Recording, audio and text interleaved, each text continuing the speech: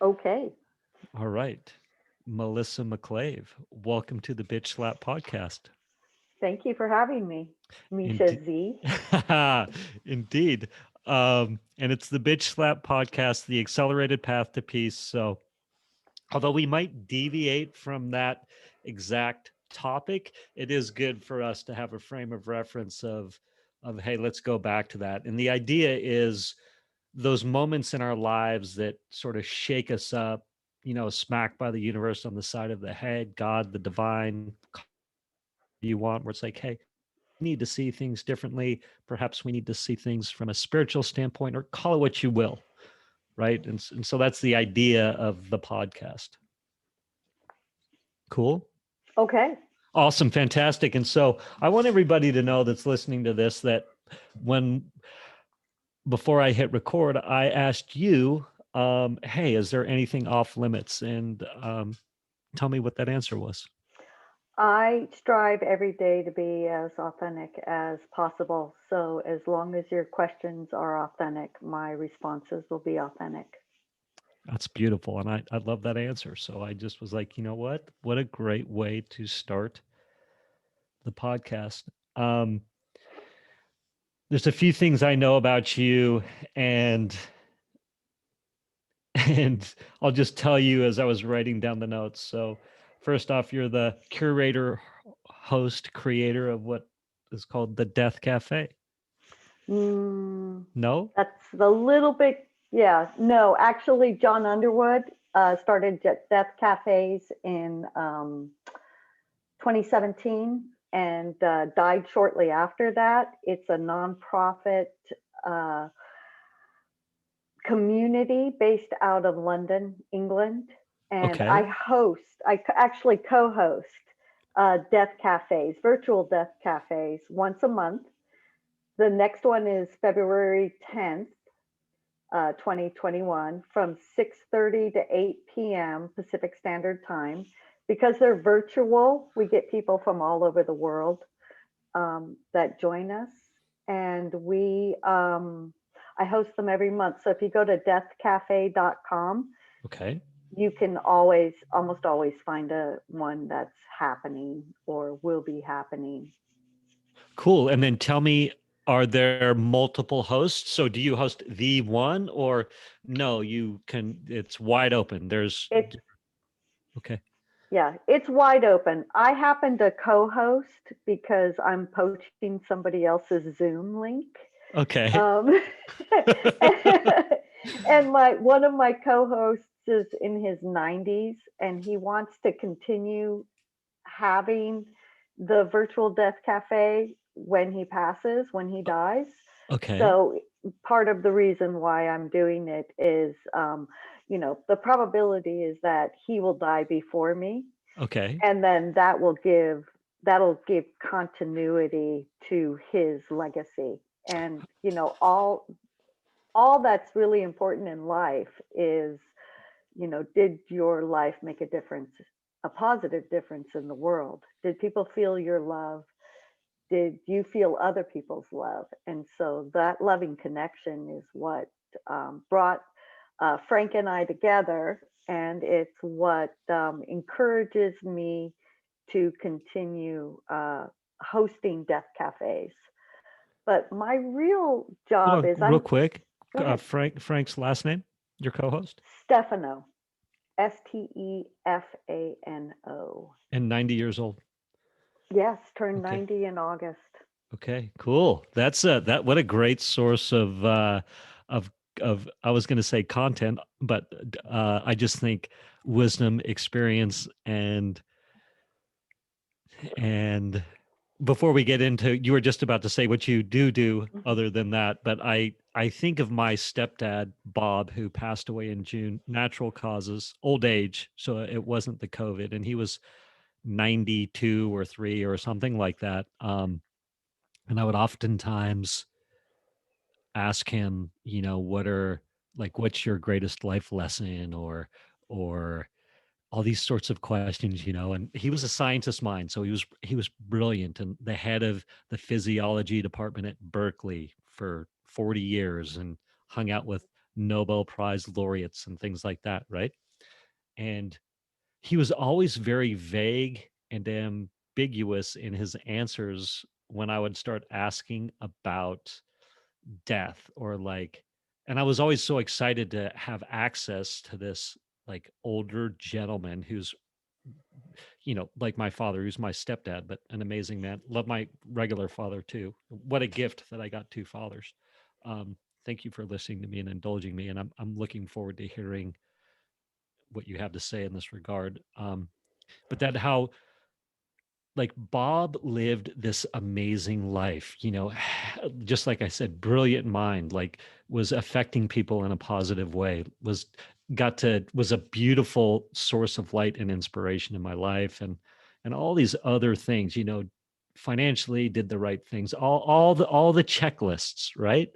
And so I would be like, all right, man, you got to be excited for death. What's next? And he was like, I am not talking about that. And he wouldn't say it, but he would pivot that conversation like that. And then, his body, he was super healthy till the very end. And then his body just shut down. Right. And so, like, the last 2 weeks of his life, he was kind of pissed. He's like, I don't want to die. I'm not ready. Like, this is bullshit. Right.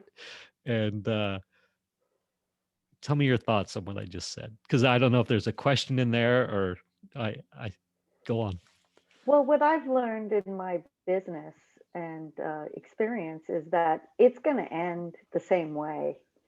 The end is always the same. The end is always in death. It's how you get there that you have some control over, that, or that you can make a difference in.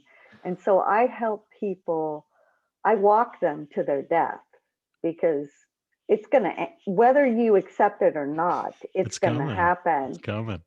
So really what I would want to hear are your stories of loving connection that you had with him, because how people live through is through their stories. Their spirit lives on through stories that you tell. And it's great that he was so accomplished professionally, and you hold him in such high regard. But what I would ask you is, what's the first memory you have of feeling his love? Mm, that's beautiful. That's a great question. I'll tell you what's interesting. Um, I felt unconditional love from Bob right away, right? Like he loved me for who I was and I did not that my parents didn't, right? But it was a different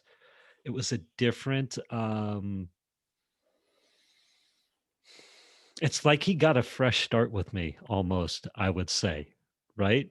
Or I jumped into his life when I was 13 years old. That's when my mother met him. But I'll frame it this way. When I talk about Bob, I just see beauty and compassion, shining light, encouragement.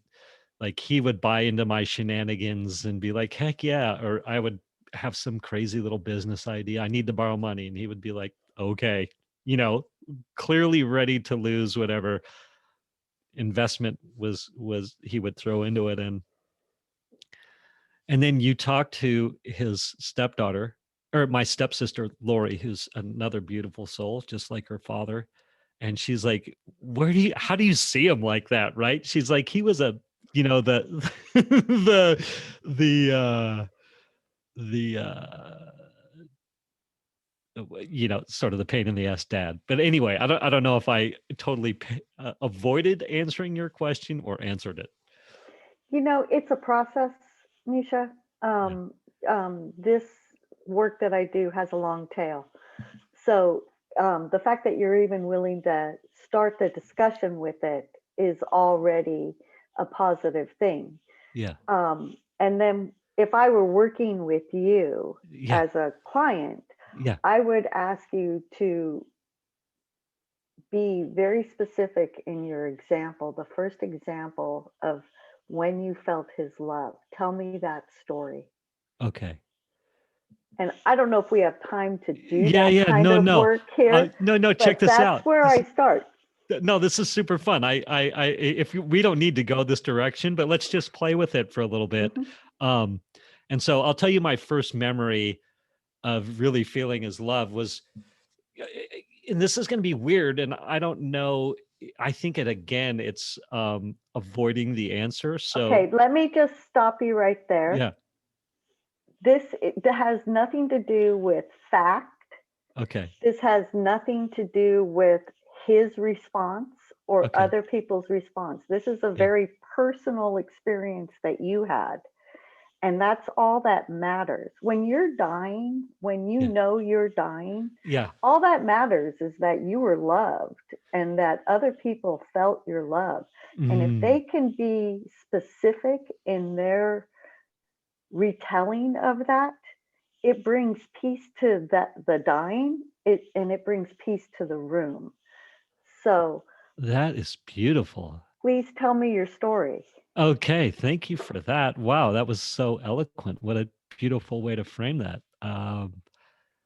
Okay, I was 13 years old. It was the first time that I met him officially. I'd heard about him, or maybe it's my first memory of meeting him. I think it was the first official meeting.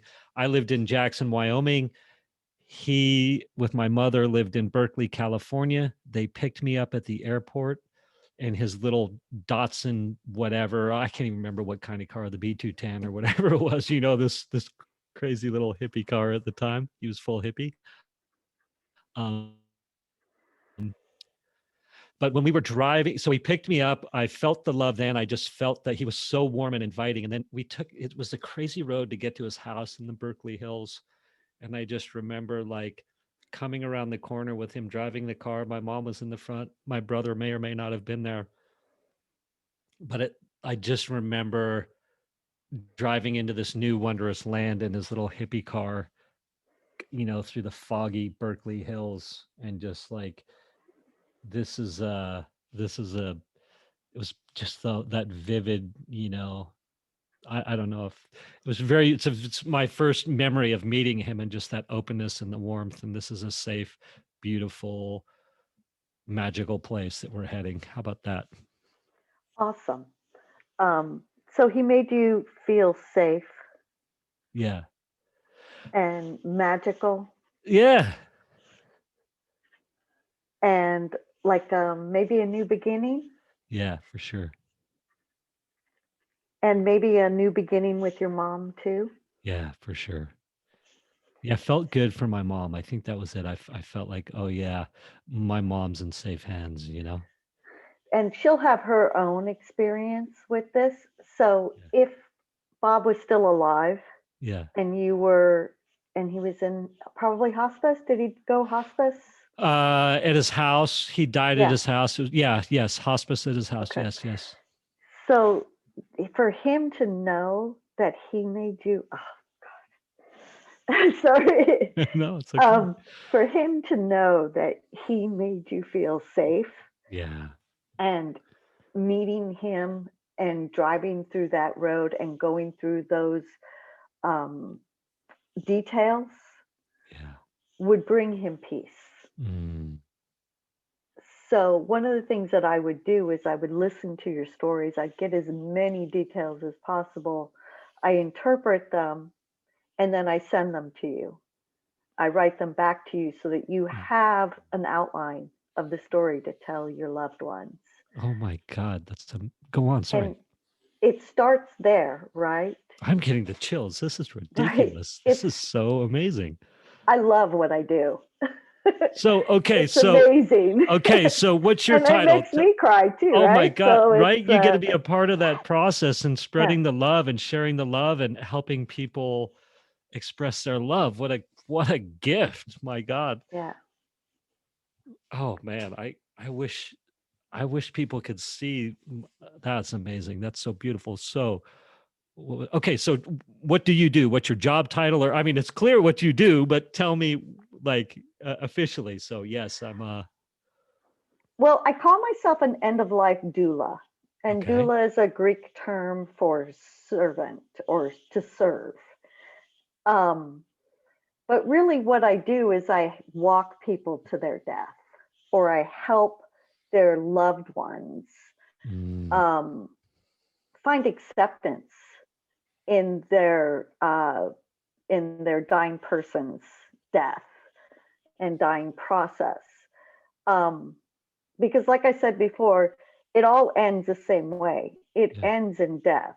It's Can I ask just, you a question really quick? yeah, And sorry to cut you off. I'm that's thinking fine. of two things. First off, I'm thinking of we've got a parent, or we've got the person that's dying. Doesn't necessarily need to be a parent. It could be somebody that is dying for whatever reason, a loved one. And then we've got the other side that's going to live. And so now we've got, like, you either get to help the dying or you get to help the living. Perhaps they're not together in that one, meaning like the dying person might be like, I want nothing to do with this, but you get to be supportive of the survivor. Yes. Or maybe, am I framing that right? Where like, Yeah, all my work is for the people that are left behind, right? Because once you okay, die, you're okay. done. My job is done Yes. with you. But really, because especially in America, there's very Well, so little hold on, hold that ritual. thought. So are you doing before and after or mostly after? Like they're about to die, so you're hanging out with everybody and then you're really supportive after the person passes away, or No, actually, that's really interesting. I'm not like grief support or any of that. What I try okay. to do is I try to bring acceptance of the death Mm, and give people ritual to do during the because it's a hopeless, not hopeless, it's a helpless. There's mm, nothing you can do. You have no nothing you can control do. over the process. The ultimate All your prayers and thoughts, uncontrol. you know, and sure, I love this. every once in a while I hear about miracles happening, but that's really the tail, right? Yes. That's not the that's not the majority. Most people will die. And especially like when I hear things like, Alex Trebek had pancreatic cancer, I that's a death sentence.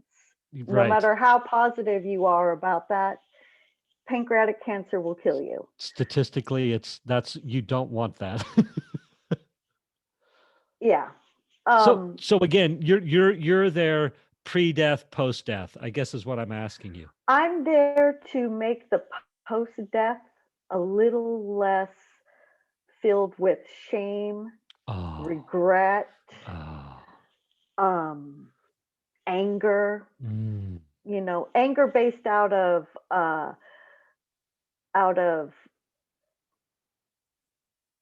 the the primitive brain, mm, that lack of control. I'm there to to remind you that there's stories that this person made a positive difference in the world, mm. and that is enough. It's That is beautiful. enough.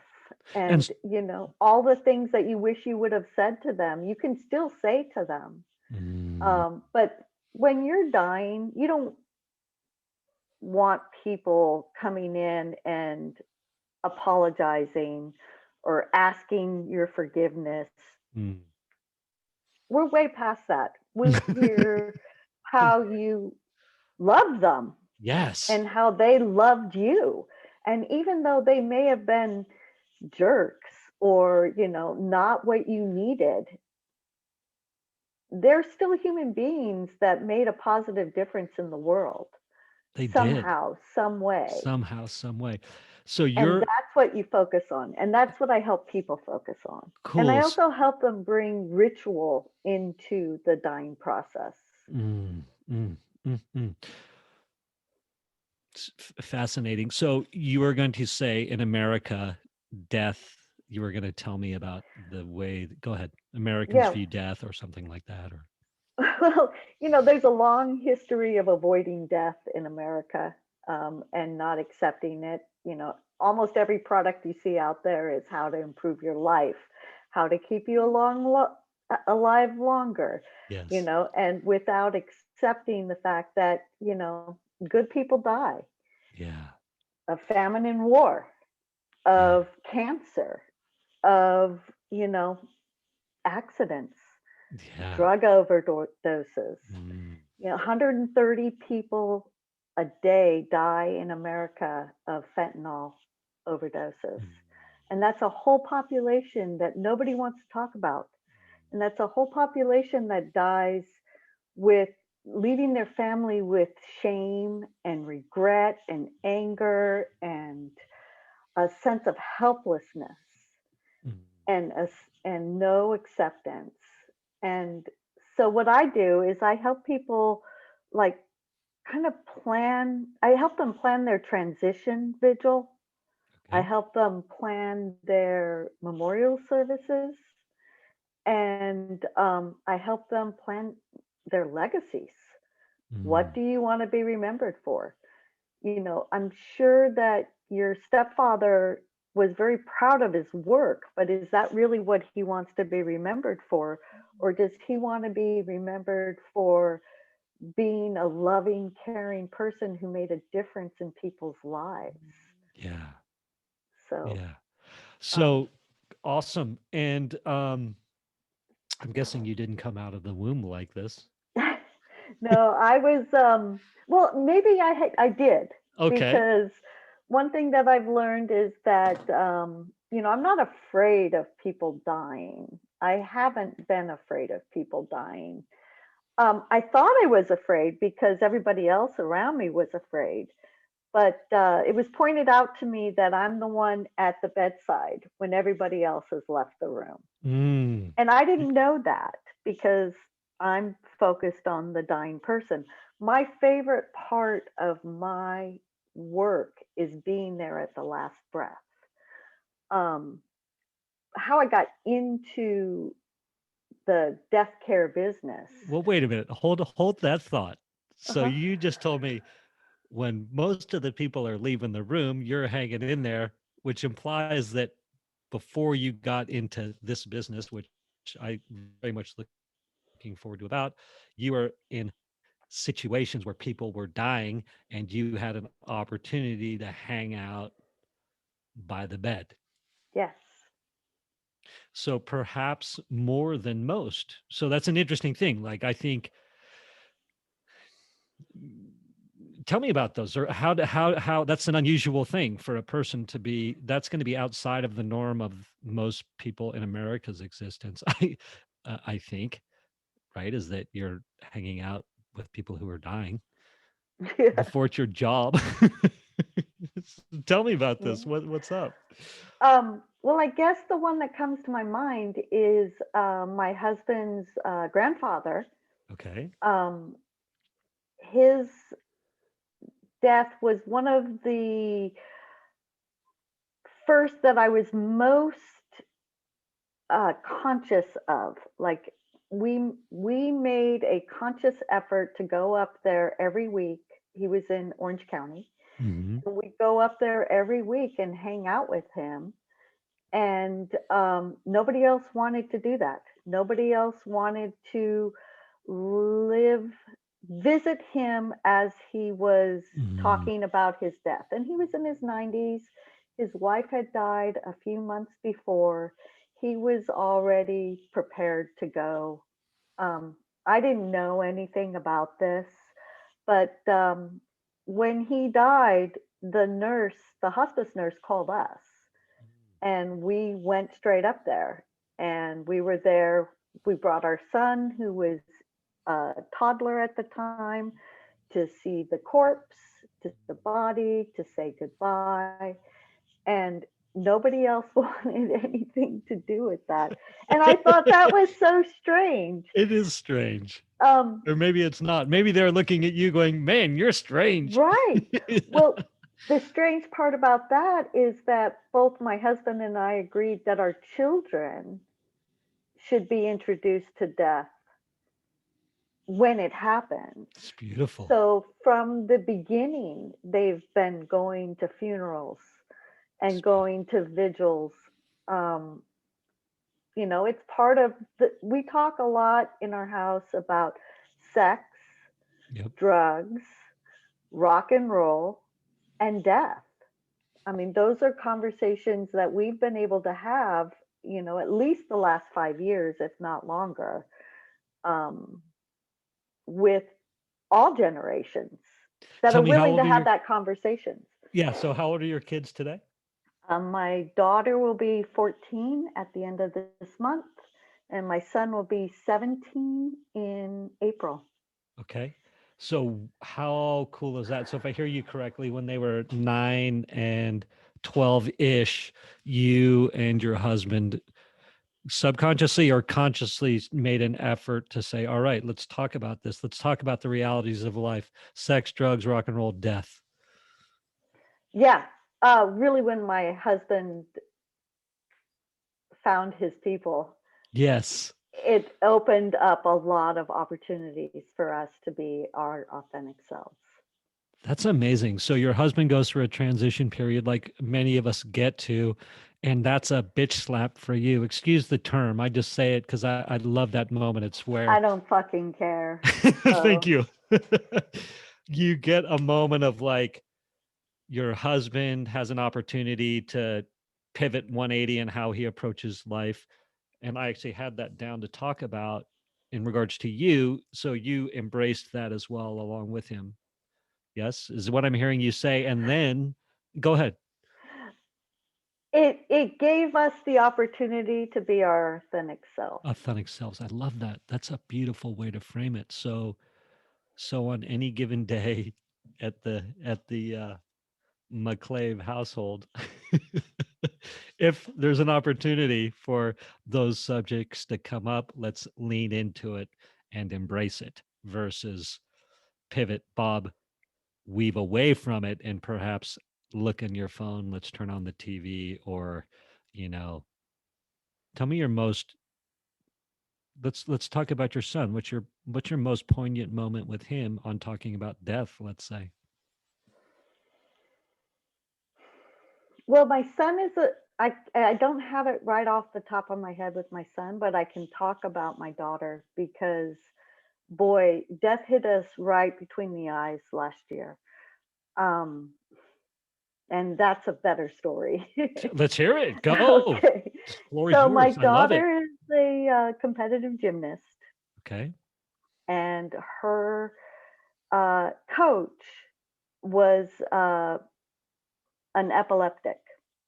Okay. And the medicines that Coach Lydia is her name, um, was using weren't working anymore. Her seizures were becoming more violent and regular, like not regular, but more common. Comment. Can I ask you a And question? so, mhm. Would those, so she might be coaching the team and all of a sudden she would have a seizure? Was that kind of a thing happen? No, let me finish my story. Okay, yeah, go. Sorry. Okay, that's Yes. all right. um, so she went out. She stopped being coached. She went in and had an operation done, and it was a trial to see if they could control her seizures using electrical impulses in her brain. Okay.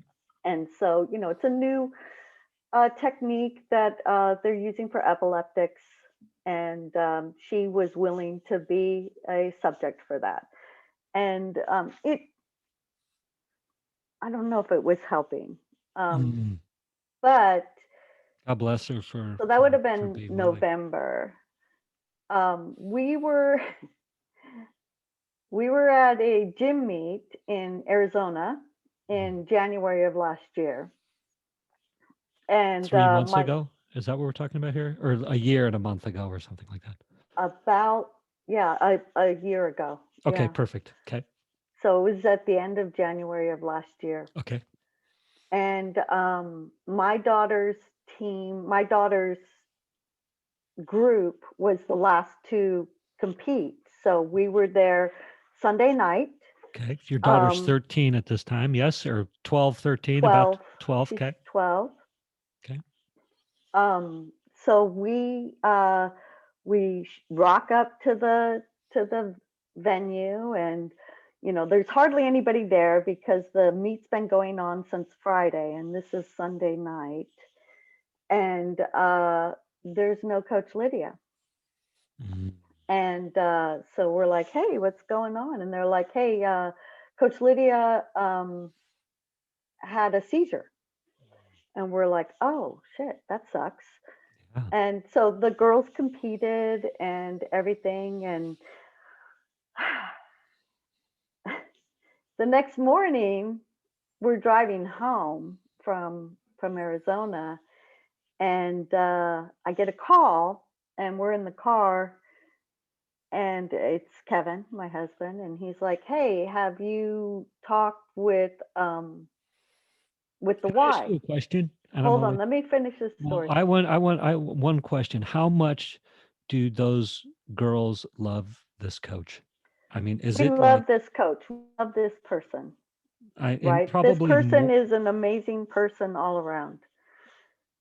So when we stop to eat, I get on the phone, and Coach Lydia died. She had woke up Sunday morning, Mm. had a seizure in the shower, getting ready for the gym meet, bumped her head, and either died of head trauma or drowning from an epileptic seizure in the shower.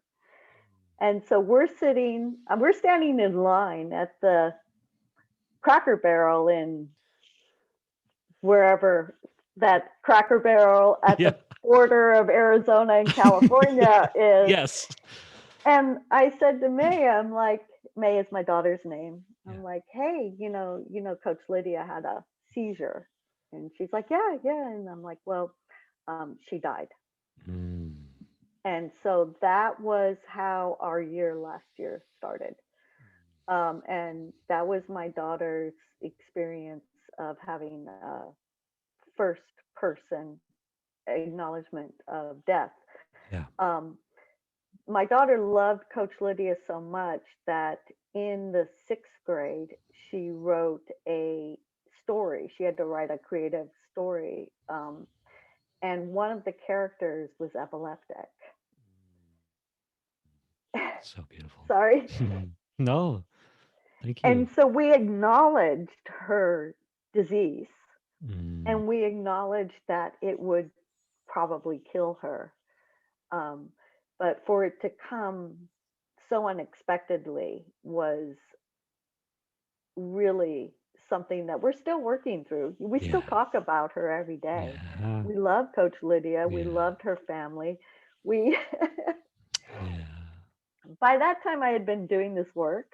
And so when they had the memorial service that one of the other um, team moms put on, she's religious, so she had a church to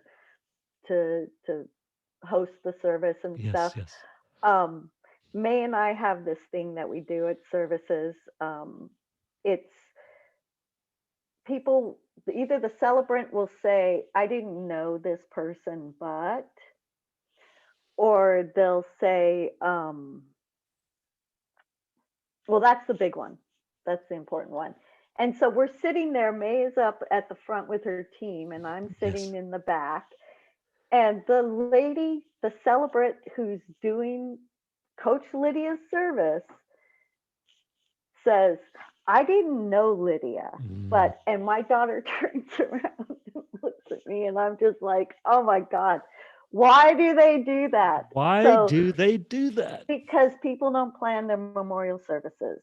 That's why. That's And why. that's why I help people plan their memorial services, because you want a celebrant that knew you. Mm. You don't want just somebody who works for the church, because then it becomes all about them, right? Yeah. Yeah. How? And Yeah. it's the memorial service isn't about the celebrant, it's about the loved one who died. Yeah. So that's my experience with death with my kids. Um, with my son, I remember when my sister-in-law's father died, and Yeah. he died suddenly. Okay. And we went out to his memorial service in Boulder City, Nevada. And the cousins didn't go to the service. They were like in a playroom. And we insisted that Kai go to the service. And Mm. he was just so, as far as I know, and I should ask him about it, but as far as I know, it was really um, cathartic in accepting that Papa Tony was dead. Mm. Um, yeah. And then there's my stepfather, excuse me, who died. And my kids went to that service. Mm. My, yeah. Yeah, I just had a thought of, I had a very small extended family, and so my experience might be the unusual one. So immigrant family, you know, so very small circle of localized, at least in the US, family members. All my mother's parents passed away when she was very young, and her brother passed away at a young age. And I'm just going through the Rolodex, and I'm like, oh yeah, when my father was not very close to his sister. So when she passed, well, there was an interesting story around that. When when how old was I? Maybe 10, 11, 12, 13, 14, somewhere in there. But he's like, yeah, my sister just passed. And not having dealt with a lot of people passing away in my life, I don't want to say flippant about it. I was like, oh, oh, I'm sorry, or whatever I said. I was like, oh, and I didn't know her and had never met her, so I was like, oh, I'm sorry. But fast forward now, having both my parents died, my stepdad died, like there's been the last 10 years, I've had a lot of opportunity to deal with, to embrace that experience. And I I have a brother, so it's very poignant to me now. I'm like, oh my gosh, my father's sister died when maybe he was probably 40 or 45, so she was either younger or older by a couple years. I'm like, dang, that's pretty young. Like, what a profound impact it had on him, and I was oblivious. I'm much more aware of that now. It's so interesting. You have a son. I do have a son. Yes, two sons, Cooper and Waylon. Where are they in the family death? Did they Yeah, go to the memorial? Did they absolutely. visit Bob before he died? They did. It was a They beautiful get experience for all of us, actually. It happened so quick with Bob, where I got a call. I mean, I was close to Bob, very close. And when someone dies quick, you don't realize maybe how close I wasn't, right? Like if you're talking every couple of months or few months and somebody's 92 years old, a lot can happen in 2 months. Um, but I'll tell you about Bob. I'll tell you, not constantly, many times I told Bob how profound he was in my life, for whatever reason. I just was like, you know what, Bob, you were a shining light in my life, and thanked him so much, and a few times along the way. And so I was glad to have done that, you know. Uh, so it gets word that Bob's on his last leg. I gotta have a quick call with him, and then I was like, "All right, guys, let's get up there now." And at this point, Waylon, my 17-year-old, had, you know, done my father died of a heart attack out of nowhere. So all of us were like, "What?" But both my boys showed up, rallied, were super supportive, went to the memorial. Like I pretty much wear my emotions on my sleeves, so it might have been too much for him. But that's all right. It's beautiful. It was beautiful. And then when my mom passed, and you know, they were very involved. And go ahead. You looks like you were maybe going to say something. um when you the authenticity of your emotion gives them permission to be authentic in their emotion. Yeah. We teach them, right? We teach Yeah. people, and we, especially our children, how to handle all of the experiences of life, including death. Yeah. I'll tell you, thank you for that.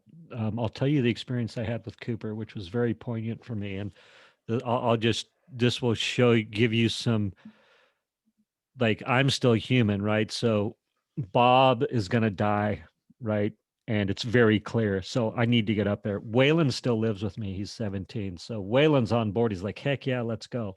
And I start Cooper, and I love Cooper. He's my 19-year-old, but him and I are strong personalities that can sort of have rough edges. And I say that with love, not that either of us is wrong or whatever. He's genetically doing what he's supposed to be doing. I'm genetically doing what I'm supposed to be doing. I selfishly went into, do I want to bring Cooper? Because this is going to be a pain in the ass.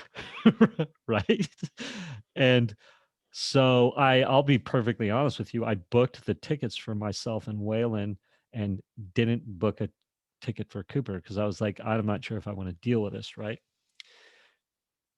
And he wouldn't want to come anyway, and all these things. I was justifying my own selfish concerns, truly selfish concerns, with, oh, he wouldn't want to do it anyway, blah blah blah, all this bullshit. And um I had a mentor friend of mine was like, I talked to him about it because I knew intuitively that that was wrong. I was like, this is not right. And so I talked to him about it, and he's like, yeah, you might want to, you know, give him the opportunity to show up, right? That's the thing. I was like, he isn't going to want to show up anyway. And he said to me, give him the opportunity to show up.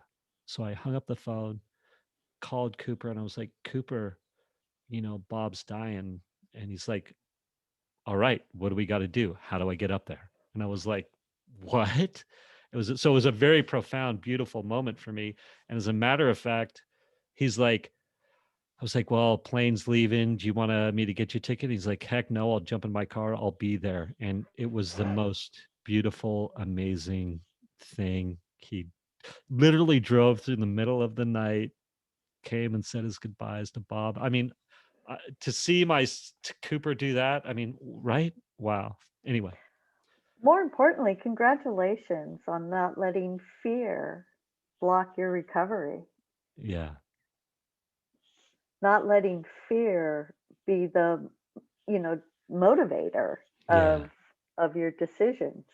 So yeah. well done. Thank you. What a gift and what a moment of clarity, right? And being willing to lean into that. So it was, honestly, I'll tell you too, the other cool thing about it was I've taken my boys up there every year. We would go see Bob at least once, sort of a little family vacation, and Bob laid the foundation for such a beautiful death experience for us, even though maybe he didn't want to talk about it. But this is what, after so we went up, and so our family vacation for the year was to go watch Bob die. In effect, right? Our yearly Yeah. trip to Berkeley, right? And Waylon was so profound, man. We get done and he's like, I know that, effectively he said, I know the circumstances weren't perfect, but he goes, that was the best trip I have ever had there. And I get chills thinking about it. I just, how beautiful is that, Mel? Right. And what a gift for you, right? So Yeah. now you have this memory that you can share with your children Yeah.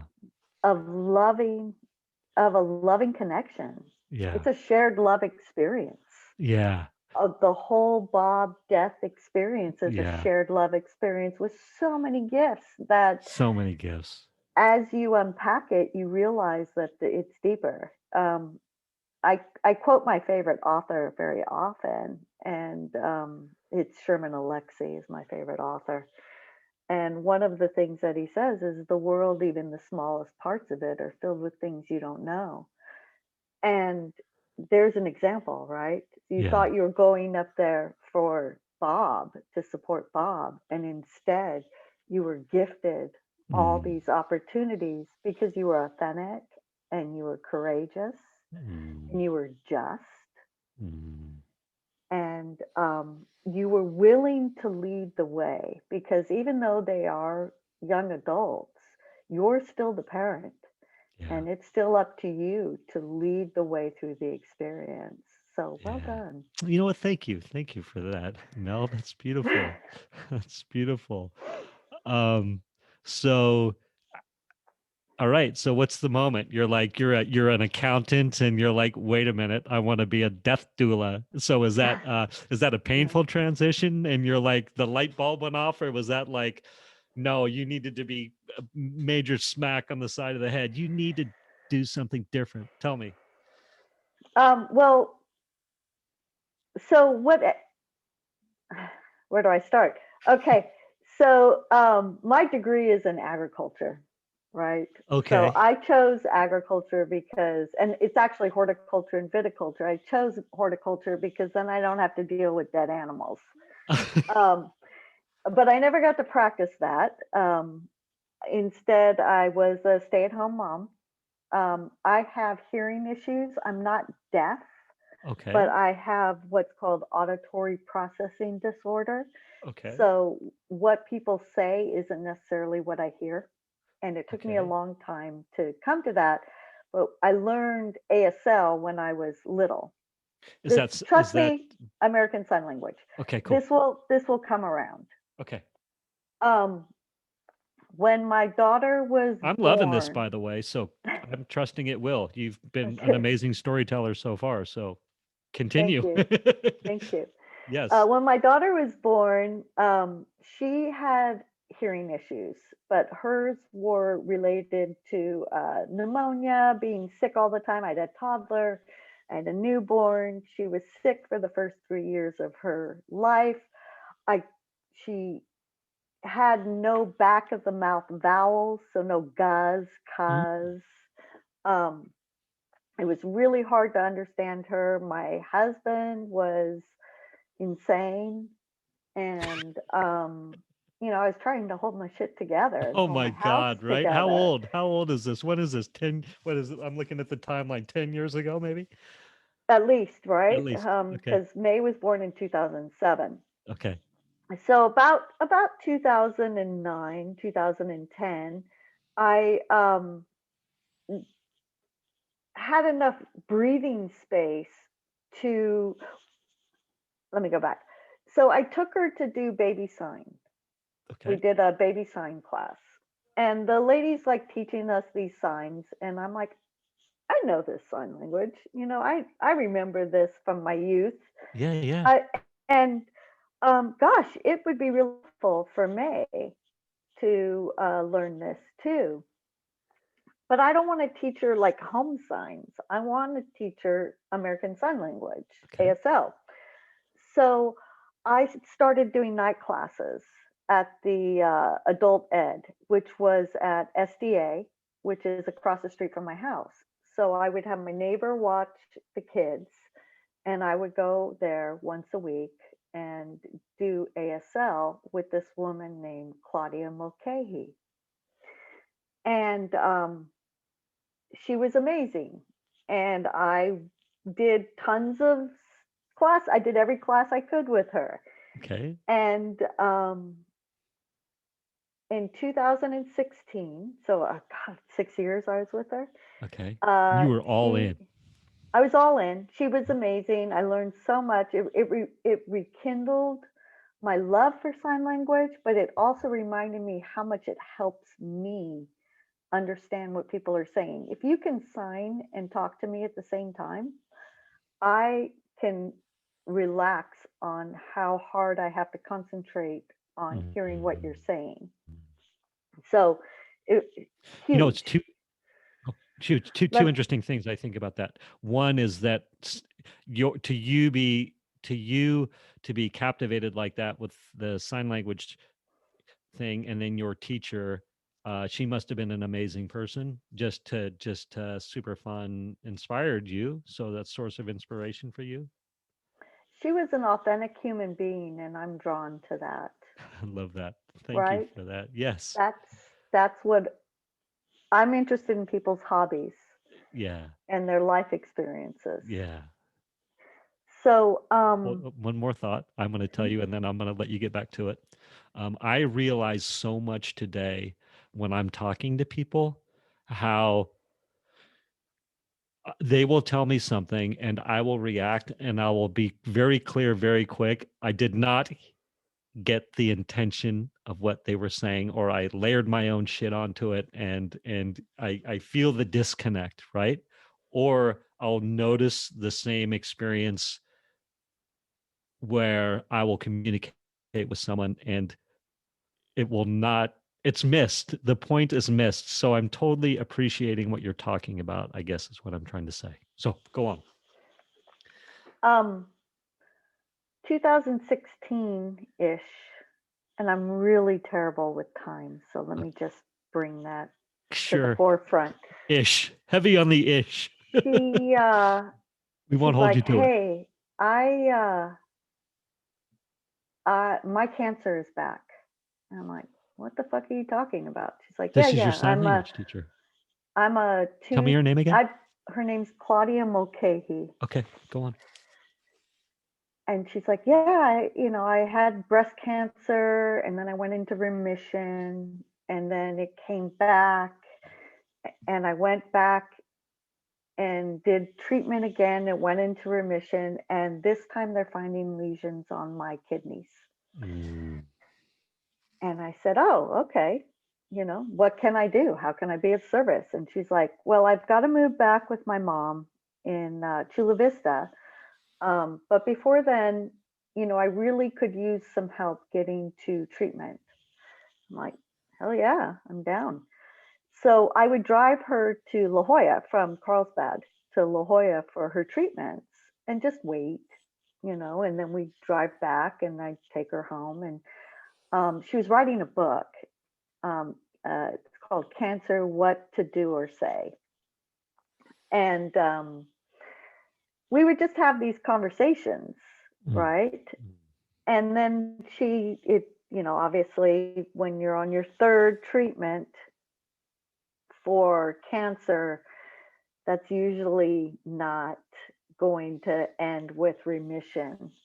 And so she started preparing for her death, and she started writing down things like, I don't want my service to be, my celebration of life to be in a church.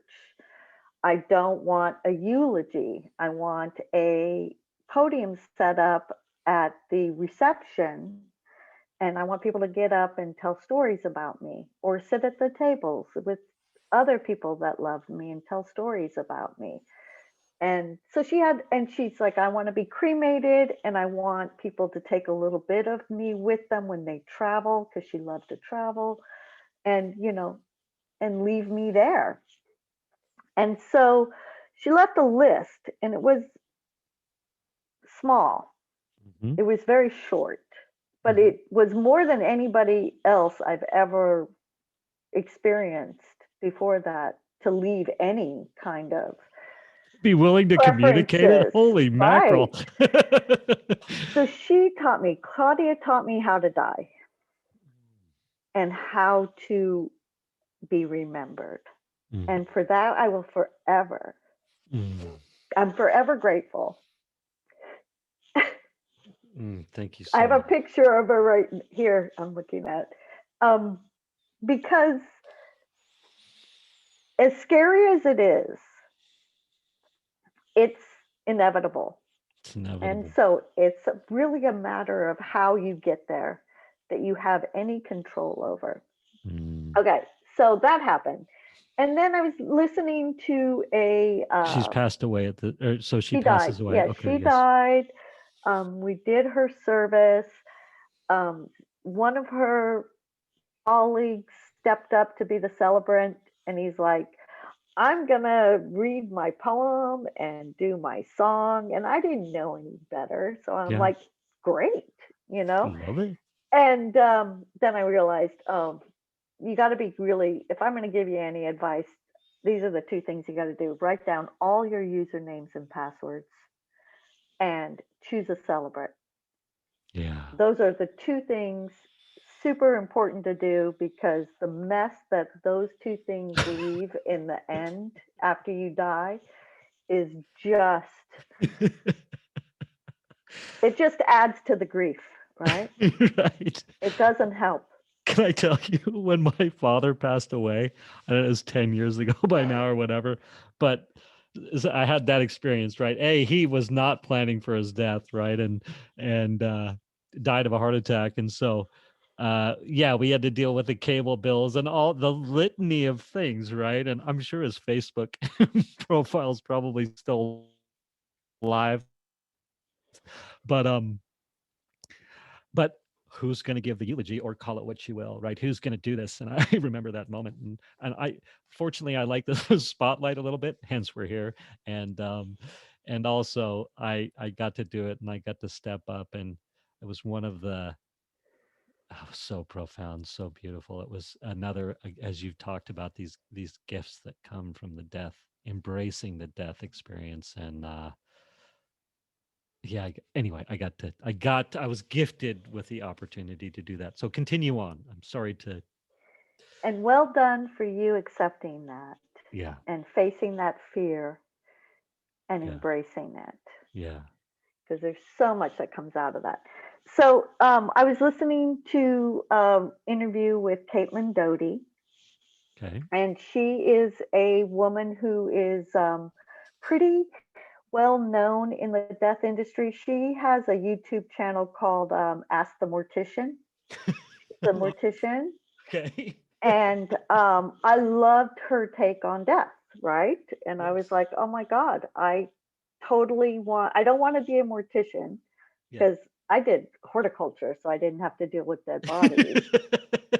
I'm not interested in, doing dealing with the corpses. dealing with the body. Um, I'll bathe the body after it dies, and but I'm not hosting.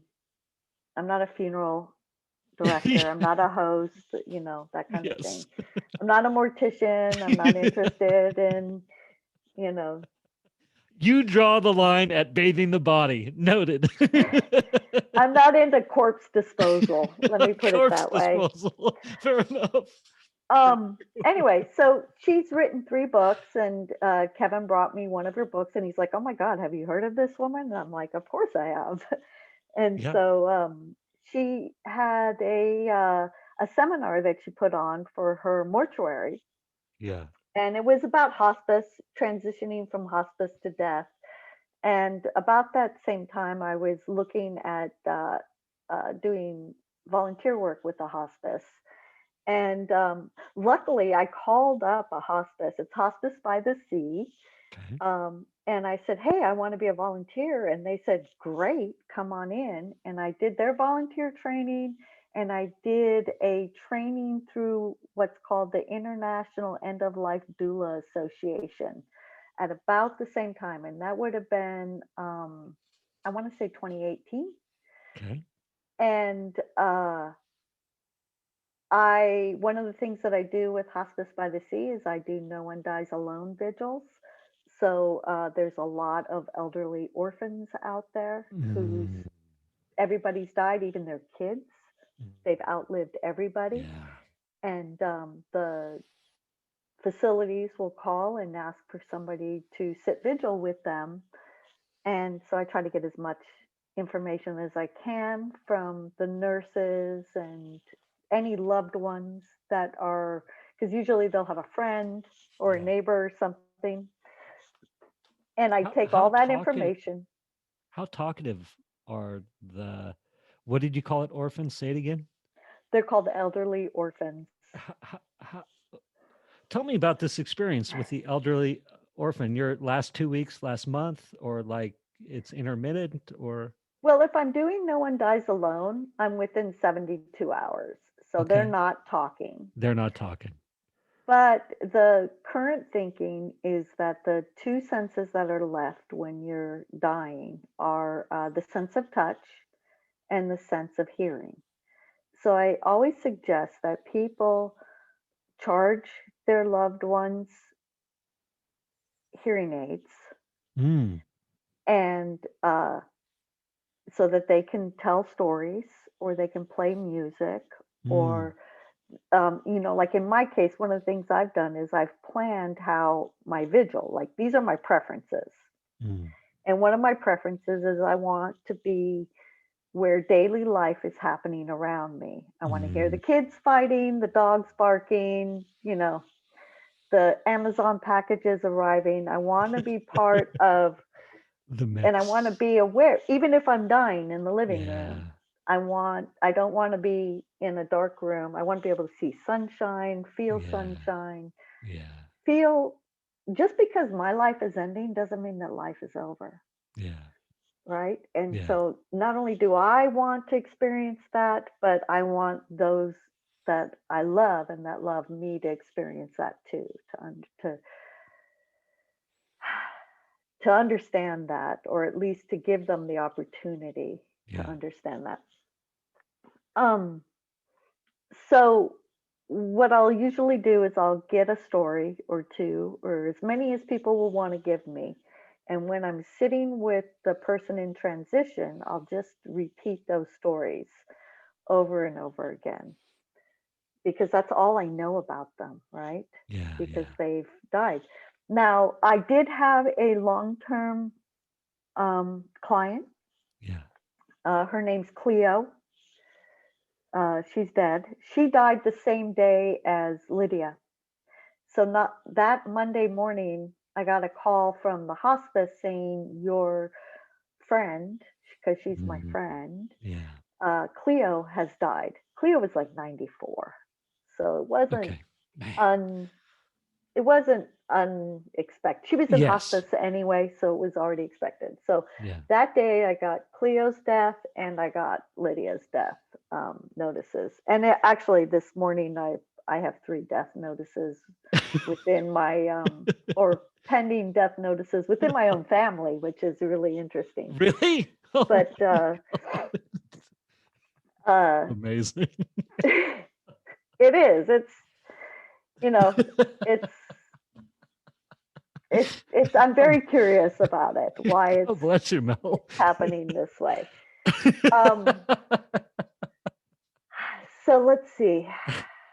So The yeah, so I'll take people's stories, but yeah. really what I'm interested in is acceptance Yeah. that this is happening, and the only thing that the loved ones can do is love on this person and give them what they ask for. Yeah. I want the windows open. I like to wear socks in bed.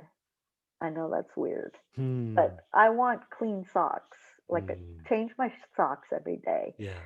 Little things like that. Comb my hair this way. Those are the things that my loved ones can do as I'm going into transition that they Yeah. know will bring me peace. And it brings loving connection for Yeah. them. And so when I die, they have this memory of making my death as loving and connected and pleasant as they possibly could. You know what's awesome about that? It's almost like an act of service now for them because at that point you're transitioning, right? So it's like what a beautiful way to here's a selfless act of what you can do if you want to like feel a part of and connected and and here's a blueprint for you family to act in a loving way and so you can know that you're loving me as best you can as I'm transitioning out of here perhaps. That's all you can do. Now, Yeah. I did want to ask because, the American culture doesn't have a lot of ritual around death and dying. Yeah. Your family of origin, Mm. is their culture, does your original culture have ritual around dying and death? You know, I would say perhaps on the Russian side. My mother was German and came over from Germany, and my mother was born, during World War II and Germany, and or lived through that at a young age. And so interestingly, she was not proud of that, of her origin story, shall we say, right? She was very sensitive to her anyway. To answer your question, no. If there was, I don't think the Germans have a lot. Do they, like the German culture even today? They are probably more like Americans. Yeah. Yeah, I think that when the funeral industry took the corpse out of the home Yeah. and put them in the funeral parlor, and we changed our parlor to a living room, that's Yeah. actually quite profound. I Yeah. think that business opportunity was adopted Mhm. in most European cultures. I Mm. don't know if it's true with the Asians. Yeah. I still think that in a lot of Asian cultures, well, I know that there's some cultures where they mummify their dead and they Yeah. visit their dead on, regular anniversaries. Um, Yeah. I, and so they're not separated. yeah. I The think veil is thin.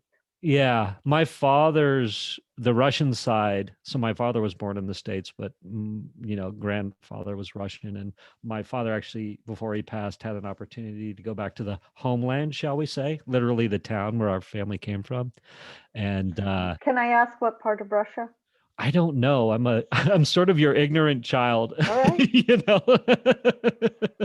But I was gonna say, lots of ritual to the towns that he went back to. Like he was like the prodigal son coming home, right? They're like, oh my gosh, the Zvegensovs have come back to the homeland, right? And treated him like the stories he told about how they just invited him in and because when the czars got thrown over in 1917, that's when my family fled Russia. We happened to be landowners, and those were the first in line to get your heads cut off, right? So, Were you Jewish also? no, we were not Okay. Jewish. No, no. But I'm guessing you ask because it seems like I embrace it, or why do you ask? I'm curious why you ask what my if there's a history or if my ethnicity leads, like what's my ethnic history with embracing death, I guess is the question. Well, because you brought it up at the beginning of our conversation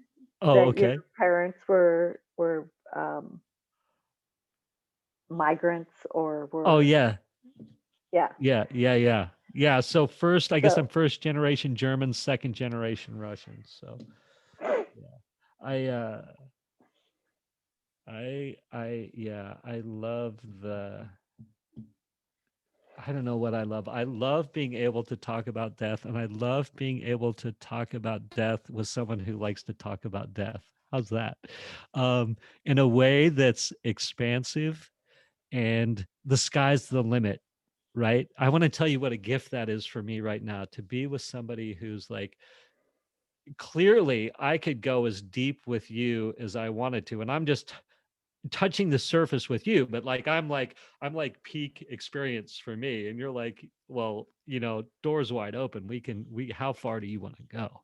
So anybody listening, what a gift to have access to that. um I had this really funny thought and it eludes me. um it's escaped me, but whatever, maybe it'll come back. I, Go ahead. I have to say that I'm really good at what I do when I'm in the moment of doing it. Where I struggle is having people Okay. use my service. What do you mean when you say that? It's really tough to get people to recognize that there is help out there and that Yeah. they don't have to do the death alone. Um, I'm working, and I'm also because I don't know. There's something weird about my personality that a Okay. lot of people in my business are interested in the silent and boomer generation, right? Because Yeah. those are the ones that are dying now. That's the generation that's going. They're interested in hospice. I have an interest in addicts in recovery because they come out, they relapse, and they die, especially with Mm, fentanyl and yeah, carfentanil, yeah, yeah. especially if they're opiate addicts. And it just leaves these holes in Mm, families if they don't recognize that. Because with the recovery, they'll be like, well, they went to rehab, so they're fixed. And it takes my breath away because I know that that's not how it works. yeah. Um, Go and on. I'm Yeah. also working. I just won a scholarship, and I'm working through a online program through the Cal State San Marcos has a palliative care program, the Shiley Institute of Palliative Care, Yeah. and they've granted me a scholarship to do a multidisciplinary certificate in pediatric palliative care. Yeah. And kids are another area where people in my industry don't seem to be willing to venture. So, Let me tell you something. This is my intuition about you, Mel, is that the authenticity that you bring and that you crave, that you love and that you thrive in, um,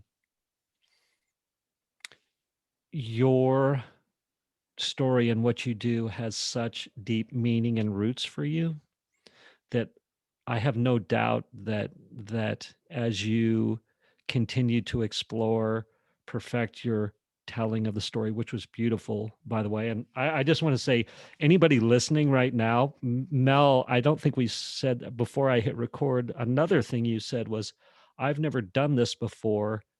Thank you so much for bringing me on," or whatever you said. Or and like you were like, "I don't know if I'm going to be able to do this." Round of applause, everybody. Let's give a round of applause to Mel for just stepping up and being so inspiring. And anyway, I'll just finish my little thought process with that. What you have has depth and weight, and I have no doubt that it will continue to grow legs. thank you. Sometimes I forget, right? Yeah. And sometimes my ego is my enemy. Yes. And Yes.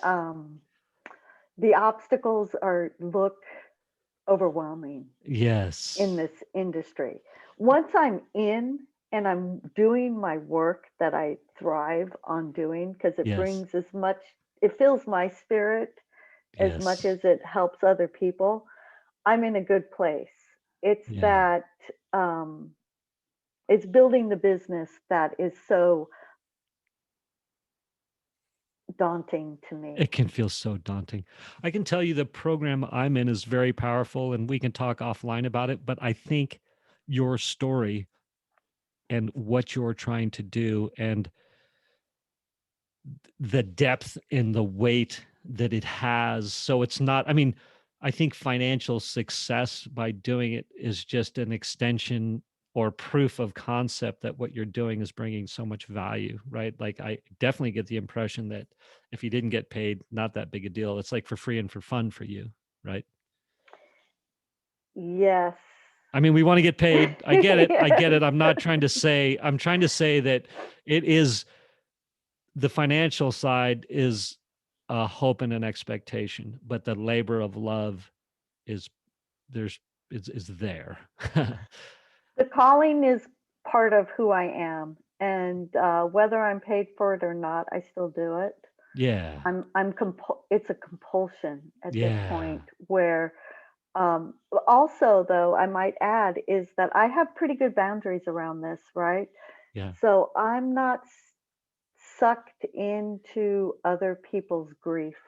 Yeah. I I have love compassion for their grief and for where they are, and um, I'm sorry that they have to have that experience, yeah. but I don't take it on as my own. And I don't, um, I know how all this ends. So I go into Love it. a situation knowing that it's going to end in death. Yeah. And that actually brings me a little bit of breathing space. Yeah. I know that there are a lot of death or birth doulas out there. Yeah. And I can't imagine being a birth doula. I can't imagine being there at somebody and then having to spend their entire life You as got an part of end my point. life, right? I've got an end Yes. point. So I can give everything. I can give my whole self Mm, knowing that I don't have to do it forever. so beautiful. You know what, Mel? There's other things I wanted to get to on the list, but I think we'll save this for another day. We'll save that for Sure. another day. So people can track you down, or people can refer people to you. How are people going to find you? I have a landing page. It's really a website, but it's in progress. Awesome. Um, the name of my business is Last Acts of Love. So if you go to lastactsoflove.com, it has both an email address, which is lastactsoflove@gmail.com. It Okay. has a phone number, and you know, you can reach me that way. You Perfect. can What's the reach phone me number? through Go. Misha. The phone number is 858 256 6216. Okay. And you were going And to say another way? or if you want to reach out to Misha, and he has my contact details. I'm happy if you share them. Um, and I would love to come back on again. I also host, like I said, I Yeah. co-host Death Cafes. I have one coming up on February 10th. It's from 6:30 to 8 p.m. Pacific Standard Time. If you go to deathcafe.com and you type in a reasonably close zip code, it should pop up. You'll have to RSVP to get the Zoom link, but Okay. please come and support me in this because I, I I do better when there's more people Perfect. And tell me Death around. Cafe real quick, because I do want to be cognizant of your time, my time, everybody's Mhm. time. Death Cafe in a minute. What's going on there? It is a place where people can have authentic discussions about dying and death. There's no judgment, there's no agenda. We're not selling anything. We just want to give people a safe place to share their thoughts and hear other people's thoughts around dying and death. Mel, that was beautiful. Thank you so much. I'm going to thank you for coming on, sharing your vulnerability, uh, just embracing the authenticity. Love you. Just, it was beautiful. I'm going to hit stop, and we can chat for a sec after I stop recording. Thank you. Thank you, Misha, for the opportunity. Indeed.